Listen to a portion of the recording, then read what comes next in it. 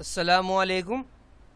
मेरा नाम मोहम्मद नवीद है और मैं आपको आज इस लेक्चर में एमएस एक्सेस के अंदर टेबल्स बनाना सिखाऊंगा। जैसा कि आप जानते होंगे कि पिछले लेक्चर के अंदर हम लोगों ने डेटाबेस बनाना सीखा था। आज इस लेक्चर के अंदर हम ये सीखेंगे कि एमएस एक्सेस के अंदर हम लोग टेबल्स किस तरह से बनाते हैं।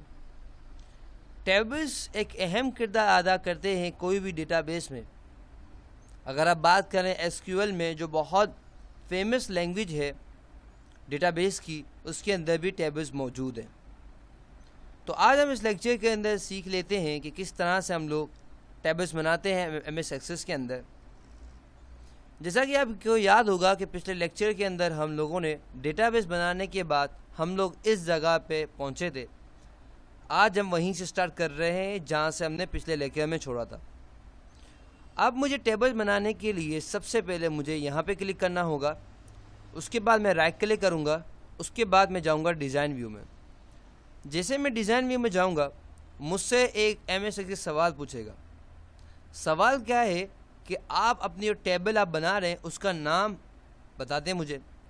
तो मैंने कहा जी मैं आपको नाम बताता हूँ। नाम क्या हो सकता है? मैं कहता हूँ टेबल सेटर, जो भी आप लिखते हैं, जो भी आपको सही लगे। उसके बाद आप कर दें ओके। और आप देख सकते हैं कि मैं कहाँ गया हूँ, एक नई दुनिया में आ गया हूँ और ये टेबल्स की दुनिया है। अब हमें क्या करना है? अब हमें टेबल्स के कॉलम नाम लिखना है और उसकी डेटा टाइप लिखनी है और उसकी डिस्क्रिप्शन लिखनी है। इससे पहले कि हम कॉलम के डेटा टाइप नाम लिखना शुरू करें, मैं आपको ये बता देना चाहता हूँ।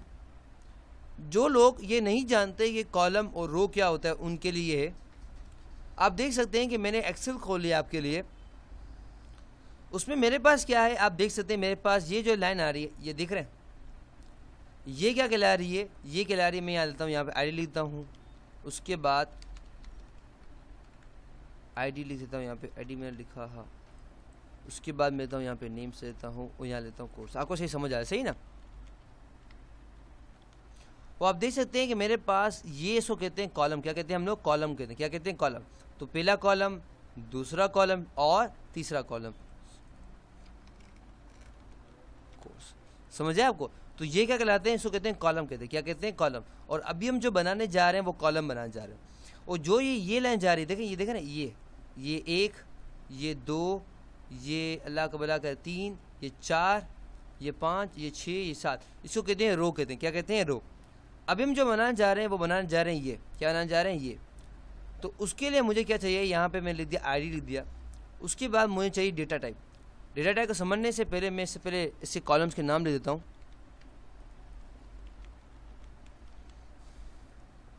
अब जैसे मैं यहाँ पे नाम लिखता हूँ, मेरे पास यहाँ डेटा टाइप है। डेटा टाइप क्या होती है?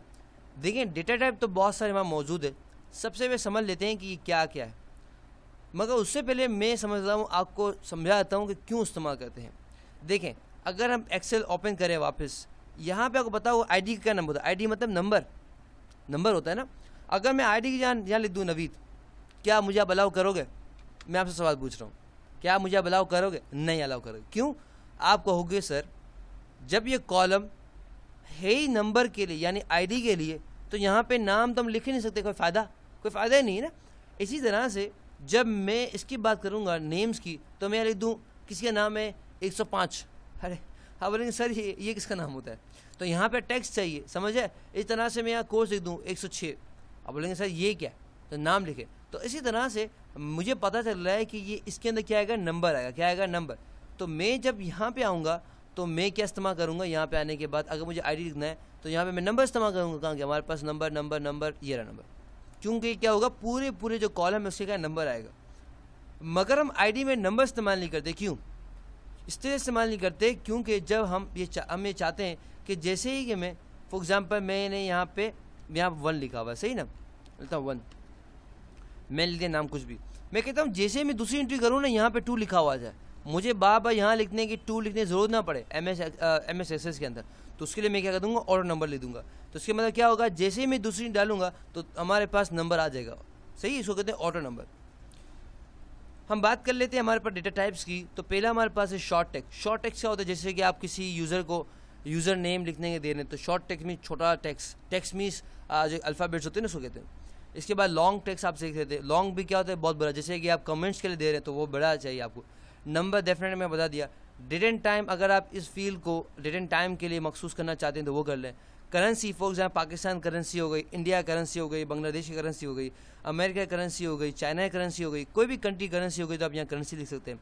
और मैं बता दें खुद ब खुद ये नंबर को जनरेट करता रहेगा। यस और नो क्या होता है, आपको चेक बॉक्स देगा। जैसे कि आप चेक बॉक्स देखा होगा ना आपने, जब भी आप कोई भी वेबसाइट में आप लॉगिन करते हैं या तो कोई आप अकाउंट बनाते हैं तो चेक बॉक्स दिया होता है, उनकी आपको रूल रेगुलेशन को पढ़ना पड़ता है, प्राइवेसी पॉलिसीज़ होती हैं ये वो, तो आप इस पर चेक बॉक्स लगा सकते हैं। उसके बाद हमारे पास OLE ऑब्जेक्ट होते हैं। ये वो होते हैं जिसके अंदर फॉर एग्जांपल मुझे पिक्चर्स, अगर मुझे इसके अंदर डेटाबेस के अंदर करना है, यानी अगर मुझे पिक्चर्स करना है, वीडियोस को अगर मुझे ऐड करना है तो यहाँ से मैं कर सकता हूँ। हाइपरलिंक क्या होता है, एक लिंक होता है, जैसे मैं उस चीज़ पे क्लिक करूँगा तो मैं कहीं जगह पहुँच जाऊँ। जैसे कि मैं फॉर एग्जांपल कोर्स पे क्लिक करूँ, मैं कहीं और जगह पहुँच जाऊँ, मैं वेबसाइट पहुँच जाऊँ, तो ये हाइपरलिंक कहलाता है। अटैचमेंट मीन्स अगर आपको चीज़ अटैच करनी है। कैलकुलेट मीन्स अगर कोई चीज़ कैलकुलेशन करनी है अगर आपको। लुकअप विज़र्ड क्या करता है, अगर आप इसको लिखेंगे तो आपको ये ड्रॉप डाउन की शक्ल में कुछ देगा। तो ये तो हमारे पास डेटा टाइप्स। परेशान ना हो, आप कहेंगे सर आपने बहुत तेज़ी से पढ़ा दिया, मेरे सर के ऊपर से गया। अगर ऐसा है तो कोई मसला नहीं। देखिए आपको सारी चीज़ें बहुत ज़्यादा यूज़ करने की ज़रूरत नहीं है, और जैसे हम आगे बढ़ते जाएंगे आपको ये सब चीज़ समझ आती जाएंगी। सही है, तो मैंने ले लिया शॉर्ट टेक्स्ट, और ये नंबर और शॉर्ट टेक्स्ट बड़ी काम आने वाली, सही ना।